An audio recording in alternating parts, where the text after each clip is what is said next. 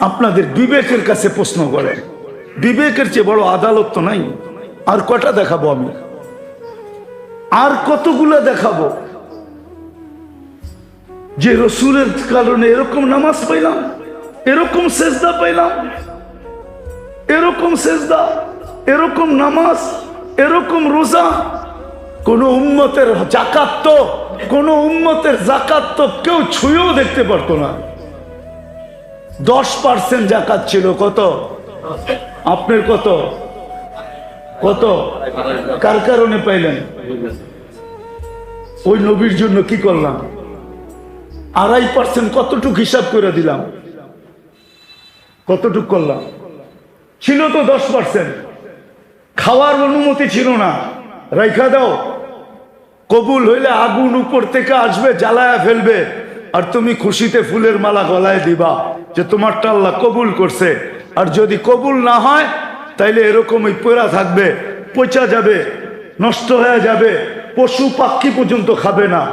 দুনিয়ার সামনে তুমি মুখ দেখাইতে পারবা না যে তোমারটা 2 নম্বর আসিল।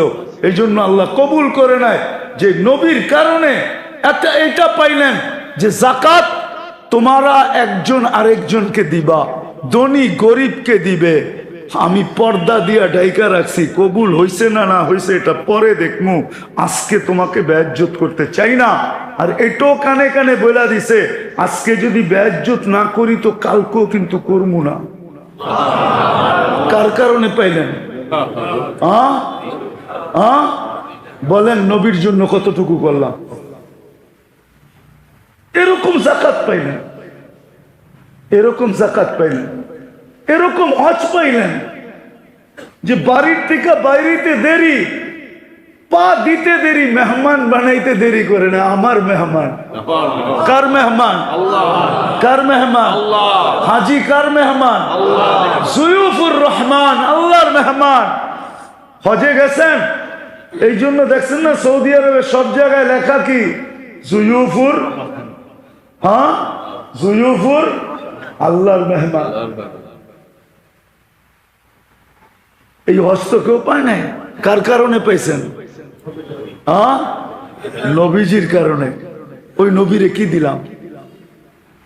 দাড়িটা তো রেখে দেখাইলাম না, পোশাকটা তো পয়রা দেখাইলাম না, 5 ওয়াক্ত নামাজটা তো ঠিক মতো পয়রা দেখাইলাম না, আরে মোটা মোটাটা তো কইরা দেখাইলাম না। রাগ হয় না? তাইলে বলেন আপনি কেমন আসে, আপনি কেমন মহব্বত করেন, কেমন? মজনু তো লাইলির গলির কুত্তা দইরা পায়ে চুমা দিতেছে,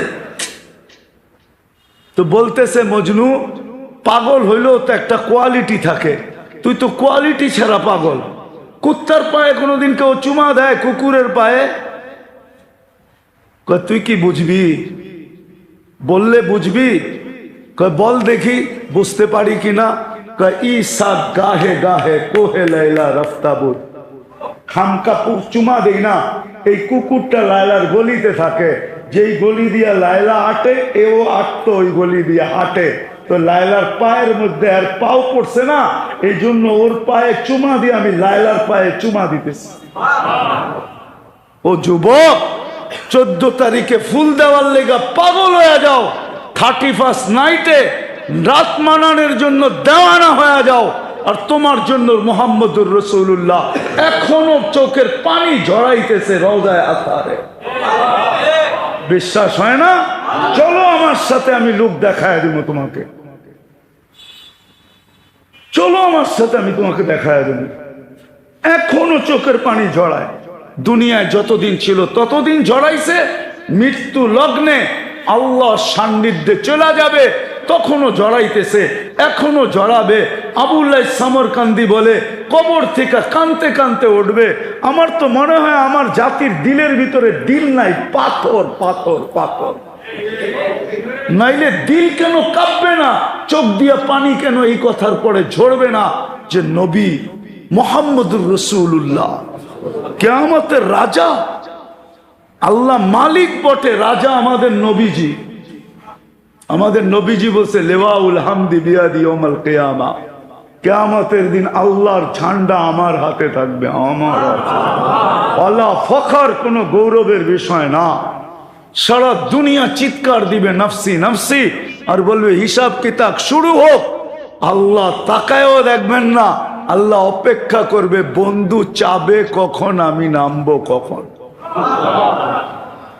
চিৎকার দিতে দিতে 50,000 বছর পার হবে, চিৎকার দিতে দিতে সময়ের গড়ি কাটা যাবে। এক সময় মনে উঠবে যে আমাদের চিৎকারে কোনো কাজ হবে না, যতক্ষণ পর্যন্ত রাজা সেজদায় না পড়বে। তো আমাদের নবীজির কাছে আসবে আর বলবে কিছু একটা সিদ্ধান্ত হয়ে যাক, আর এই কষ্ট সহ্য হয় না, দুজক হইলে ভালো, জান্নাত হইলে ভালো, আরো ভালো, এই কিয়ামতের মাঠের কঠোরতা আর সহ্য হয় না। তখন আল্লাহ রসুল বলবে আনা লাহু আহলু, আমি এটার অধিকার রাখি। তখনই সেজদায় পড়বেন আর আল্লাহ বলবে ইরফাক রাসাক, বন্ধু উঠান মাথা, নামতেছি। অপেক্ষাই তো ছিলাম, আপনি চাইবেন কখন আমি নামবো কখন। যে কিয়ামতের দিন কবর থেকে উঠবে কানতে কানতে। আবুল সমরকান্দি রহমতুল্লাহ লেখছেন উঠবে, বাকি লম্বা হাদিস বললে তো ওলামায়ে কেরাম সইতেও পারবে না, অনেকে আঙ্গুল উঠায় দিবে। আজকেই ফেসবুকে লেখালেখি শুরু করবে যে উনি এটি পায় কোত্থেকা।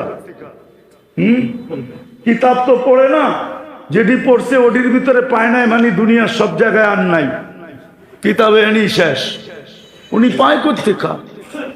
তো যেটুক আছে ওটুক বলতেছি, বাকিটা বলবো না। আবুল সমরকান্দি রহমতুল্লাহ লেখছেন কবর থেকে উঠবে, ওয়াহুয়া ইয়াবকি ওয়া ইয়াকুল, চোখে পানি আর মুখে চিৎকার থাকবে জিবরিল আইনা উম্মতি, আমার উম্মত কই। ময়দান তো পুরাই খালি দেখি, আমার উম্মত। জিবরিল আলাইহিস সালাম সান্ত্বনা দিবে, এখন পর্যন্ত জমিনের উপরে কেউ উঠে নাই আপনি ছাড়া, না কোনো নবী, না কোনো রসুল, না কোনো উম্মত, না আপনার উম্মত, কেউ উঠে নাই। আপনাকে প্রথম আমরা উঠাইতে আসছি, আপনাকে প্রথম নিয়ে বসাবো। কোথায়?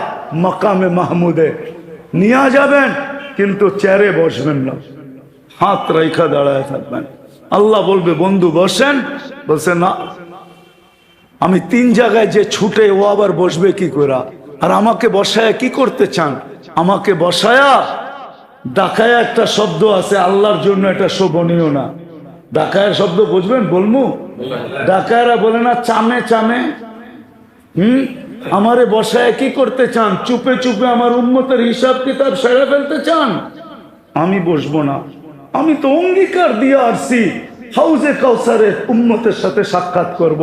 উম্মত অপেক্ষা করুক, আমি এটা চাই না, আমি যে আগে অপেক্ষা করব।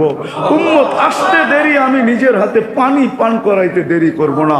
তারপরে মিজানের কাছে যাব, পাল্লা সামনে না ঝুঁকলে আমি হাত উঠায়া ওই পর্যন্ত চাইতে থাকবো যতক্ষণ পর্যন্ত পাল্লা না ঝুঁকবে। আর আপনি তো আমাকে বলছেন এই সাল তো তা চাইলে দিবেন, সুপারিশ করলে মঞ্জুর করবেন। ওই রসুলকে আমরা কি দিছি? কি দিছি আমরা? বলেন কি দিছি? আপনাদের বিবেকের কাছে বিচার, আর কারো কাছে না। বলেন আমরা কি দিছি? যুবক তুমি বলো তুমি কি দিছ? মা বোনদেরকে জিজ্ঞাসা করতে চাই আমরা কি দিছি নবীকে। আমি তো কয়েকটা দেখাইলাম, কয়েক ডজন দেখানো যায়। হ্যাঁ, হায় হায় হায়, যে রসুলের কারণে মার পায়ের নিচে জান্নাত পাইছি। শাফি রহমতুল্লাহ আলাই পাও টিপতেন আর জান্নাত পায়ে চুমা দিতেন। তালুতে মা কাইপা উঠতো, বলতো বেটা আমার পায়ের তালুতে পবিত্র ঠোঁট। বলছে না তো, না তো, না তো। তাইলে আমি আমার জান্নাতে চুমা দিয়ে স্বাদ নিতেছি। যে মার পায়ের নিচে জান্নাত, মেয়ের পায়ের নিচে, মেয়ের কাছে জান্নাত। হ্যাঁ, যে রসুলের কারণে এক করবেন 110 পাবেন। কত? হ্যাঁ, কোন উম্মতকে একের বদলায় 1 দিছে, 10 দেয় না। কত? একের বদলায় 10 কার জন্য পাইতেছেন? হ্যাঁ, আপনি আর আমি কি দিছি? নিজের বিবেককে প্রশ্ন করেন। শুধু 10 দিয়া তো আল্লাহ রাজি করতে পারে নাই। 10 দেওয়ার, 10 বলার সাথে সাথে আল্লাহ রসুল হাত উঠায় বলছে জিদলি উম্মতি, আল্লাহ মাত্র 10 দিলেন, দিলেনটা কি? একটু বাড়ায় দেন না, তা আল্লাহ কয় 100। কত?